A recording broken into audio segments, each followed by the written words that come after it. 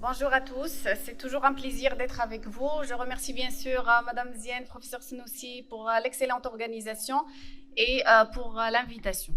Alors, comme vous savez, et avec la multitude et l'augmentation de la fréquence d'utilisation des produits et des habitudes cosmétiques pour le cheveu crépus africain, on a l'apparition et l'aggravation de pathologies capillaires comme par exemple l'alopécie de traction et le sujet de notre topo aujourd'hui qui est l'alopécie centrale centrifuge du vertex, comme le cas de cette patiente qu'on va voir par la suite. Alors, l'alopécie centrale centrifuge du vertex est une alopécie cicatricielle primitive. Elle a été anciennement appelée syndrome du peigne chaud, par la suite syndrome de dégénérescence folliculaire et actuellement alopécie cicatricielle centrale centrifuge du vertex. Donc, elle est fréquente chez la femme âgée de descendance africaine, d'âge moyen plutôt, de descendance africaine. Elle débute au niveau du vertex et d'extension progressive centrifuge. Alors, elle touche, comme on avait dit, les femmes adultes d'âge moyen, de descendance africaine. Elle est très rare chez l'enfant et chez les hommes. Alors, concernant l'éthiopathogénie de cette pathologie, il est encore débattu. On sait qu'il y a une susceptibilité génétique, notamment on parle d'une transmission autosomique dominante et des études ont trouvé des mutations du gène PADI3 et des gènes fibroprolifératifs. Alors, l'association avec les habitudes cosmétiques est prouvée pour l'alopécie centrale centrifuge du vertex. Donc, on a des habitudes capillaires agressives, notamment chimiques, les lissages que tout le monde utilise actuellement et qui peut être très agressif sur un cheveu qui est déjà fragilisé, donc les cheveux africains. On a les colorations, les produits coiffants, les sources de chaleur et les facteurs traumatiques, notamment les tresses africaines, qui a un effet déclenchant mais aussi aggravant sur l'alopécie centrale centrifuge du vertex. Donc, surtout les tressages qui sont serrés avec une tension excessive et surtout si on ajoute des extensions qui sont lourdes.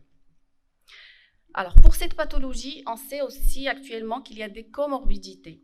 Donc, il a été trouvé associé au diabète de type 2. On parle même que c'est un marqueur de dysfonction métabolique. Et on a trouvé un risque x5 de lyomiome utérin. Et là, je vous rappelle une ancienne étude qui a été trouvée, ou bien qui a trouvé que c'est l'utilisation des défrisants chez les femmes, surtout africaines, elle a été liée à ces lyomiomes utérins. Et donc, probablement, le point commun entre l'alopécie centrale centrifuge et ces lyomiomes, c'est l'utilisation des défrisants ou bien des lissages. Alors, concernant la clinique, pour l'alopécie centrale centrifuge du vertex, elle est souvent asymptomatique. Elle peut être inflammatoire et là, on a un prurite, sensation de brûlure et une sensibilité locale accrue.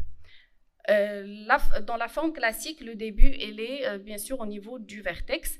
Et le diagnostic, il peut être fait très précocement par les coiffeurs ou bien les coiffeuses parce qu'au début, on peut avoir juste des cheveux cassants, comme vous voyez là sur cette photo, qui peut être un signe très précoce ou bien un signe d'une atteinte occulte.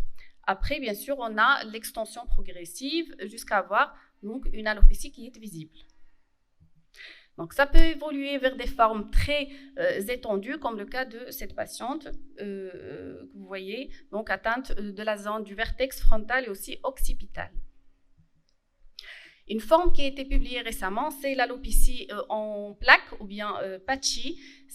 Il touche les zones latérales et postérieures du scalp.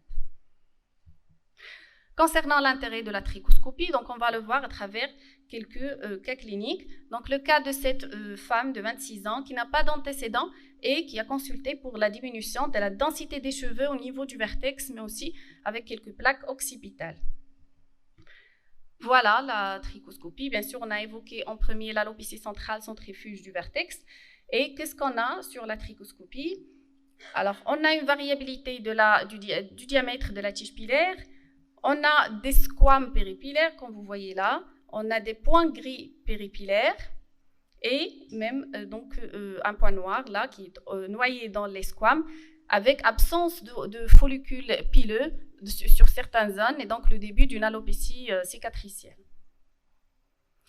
Voilà, donc alopécie centrale centrifuge du vertex. Le deuxième cas, c'est une patiente aussi, 28 ans, patiente jeune, qui a consulté aussi pour une diminution de la densité au niveau du vertex. Et voilà la trichoscopie, donc pareil, on a une alopécie partiellement cicatricielle, un aspect en nid d'abeille à ce niveau-là, parmi les signes qu'on peut trouver, les squames péripilaires. Donc, comme a dit le professeur Perracini, donc il faut réaliser la dermoscopie sèche. Par la suite, on peut utiliser, si on veut, l'immersion, mais en matière de cheveux, donc la dermoscopie sèche, elle permet de nous montrer la plupart des signes. Et on a ici un point noir. Voilà, donc pour regrouper, la présence d'un halo folliculaire péripilaire blanc grisâtre, elle est sensible et spécifique de l'alopécie centrale centrifuge du vertex. On peut trouver un érythème péripilaire qui est rarement visualisé sur cheveux ou bien sur peau noire.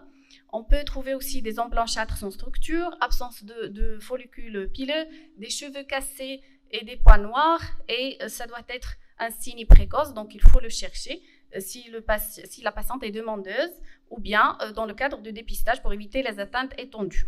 La variabilité du diamètre de la tige pilaire et on peut trouver aussi un aspect en nid d'abeille. Alors, on a dit que l'alopécie centrale centrifuge, il touche plutôt les femmes. Alors, je vous montre un cas d'un patient qui a consulté pour une diminution de la densité capillaire au niveau du vertex. Et vous voyez que c'est un patient qui aussi fait les tresses. Donc, il utilise aussi des lissages, des défrisants. Et voilà, donc je vous montre la trichoscopie. Donc, c'est vrai que c'est discret par rapport aux photos qu'on a vues tout à l'heure, mais on voit quand même des points grisâtres péripilaires, des zones où il y a plus de follicules pileux, des squames péripilaires, et là, donc un aspect gris blanchâtre péripilaire. Et donc, voilà, alopécie centrale centrifuge du vertex chez l'homme, on peut le voir aussi. La confirmation, elle peut être par l'histologie. C'est vrai que le diagnostic, il est clinique. On peut faire l'histologie, donc avec un punch de 4 mm, au niveau du bord actif de l'alopécie ou bien de la zone symptomatique. Elle est toujours guidée par la trichoscopie, donc c'est mieux pour prendre la zone la plus active. Donc on demande des sections horizontales et verticales pour bien voir l'infiltré inflammatoire, comme vous voyez là. Et donc, le signe le plus sensible et peu spécifique, c'est la présence d'une desquamation prématurée de la gaine épithéliale interne au niveau du derme profond. Et bien sûr, on a l'infiltré inflammatoire périfolliculaire autour de l'infundibulum et de l'isthme. Alors là, c'est juste pour vous montrer le site de la biopsie. Il faut le faire guidé par la trichoscopie au niveau de la zone où on a vu les signes.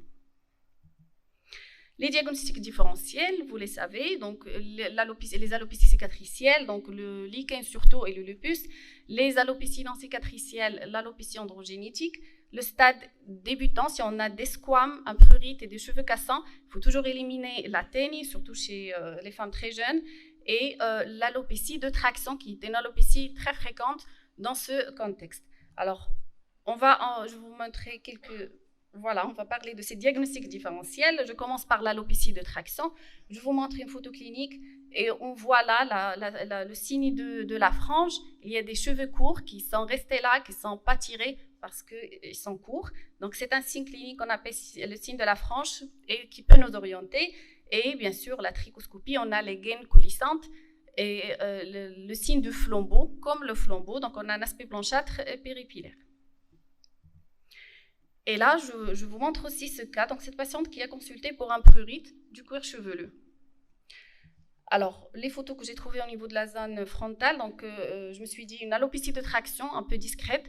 Donc, on a quand même des signes, des squames péripilaires, mais qui n'expliquent pas vraiment le prurite que la patiente présente. Alors, je me suis baladée sur le reste du cuir chevelu. Alors, cette zone m'a attiré l'attention parce qu'elle est plus vide que le reste. Donc, à la dermoscopie ou bien la trichoscopie, on a des signes quand même. On a là une petite touche de cheveux qui est prise par les squames péripilaires. On a un érythème qu'on arrive à le voir chez cette patiente. On a une alopécie partiellement cicatricielle à ce niveau, absence d'orifice folliculaire. et donc par endroits analo, gris, blanchâtre, péripilaire. Alors, même signe donc, sur ces photos, donc je vous laisse regarder. Cette patiente, je n'ai pas fait de biopsie, pourtant je l'ai proposée. Alors, on a une discussion. Alopécie centrale centrifuge du vertex, lichen, donc je suis restée dans le doute, mais finalement c'est presque le même spectre.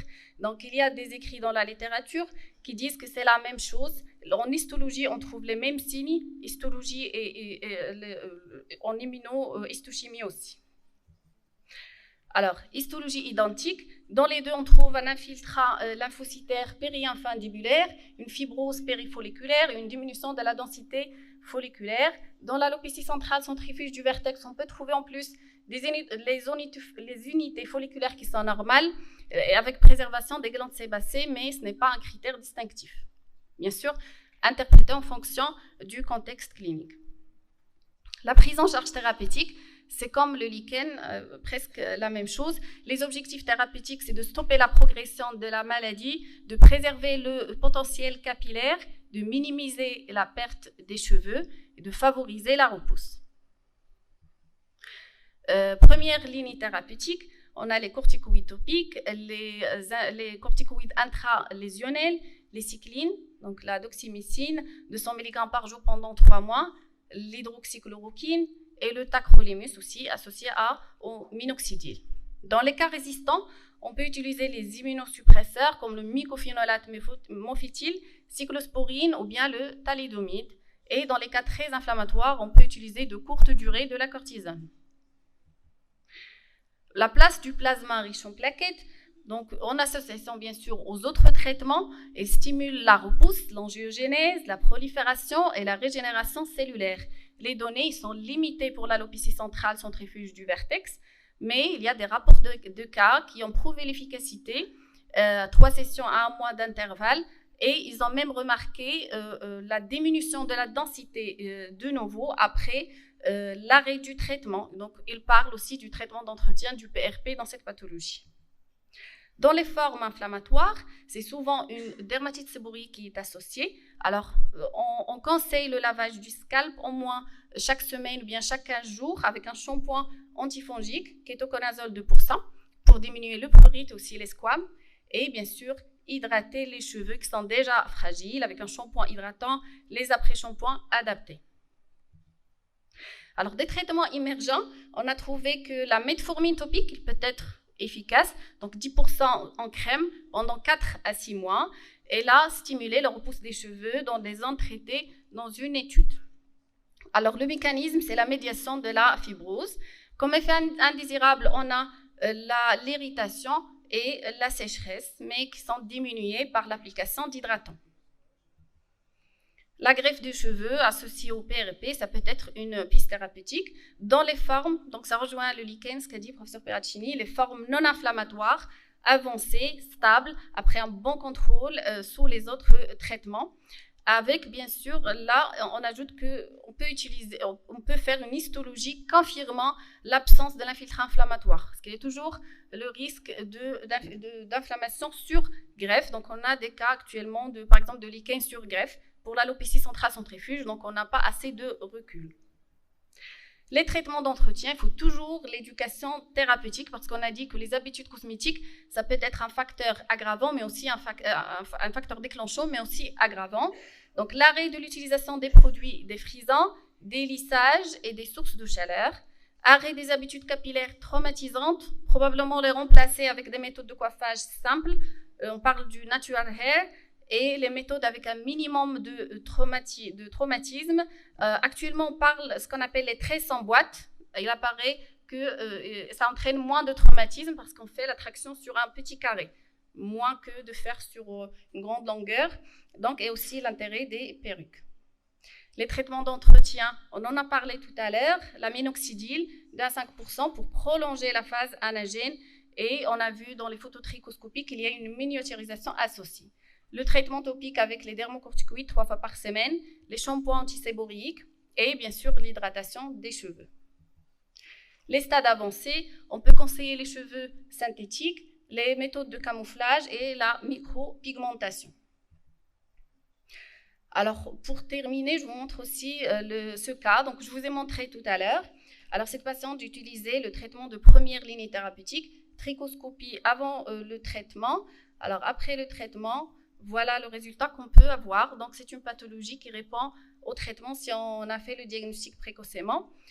Mais quand même, il faut un traitement d'entretien. Pourquoi? Parce que quand on fait la trichoscopie, on trouve qu'il y a quand même des résidus, donc des squames péripilaires qui restent là, par exemple. Il faut garder un traitement d'entretien. Et je termine par donc cet arbre décisionnel. Donc le diagnostic, on a dit, se base sur la clinique, la trichoscopie. On peut faire l'histologie. Le traitement de première intention, comme pour le lichen, c'est les dermocorticoïdes, les corticoïdes intralésionnels et les cyclines.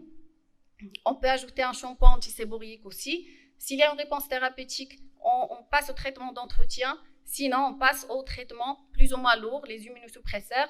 Il y a toujours la place de la greffe des cheveux avec le PRP pour les cas avancés mais stables. Et bien sûr, il ne faut pas oublier l'éducation des patientes. Voilà, je vous remercie.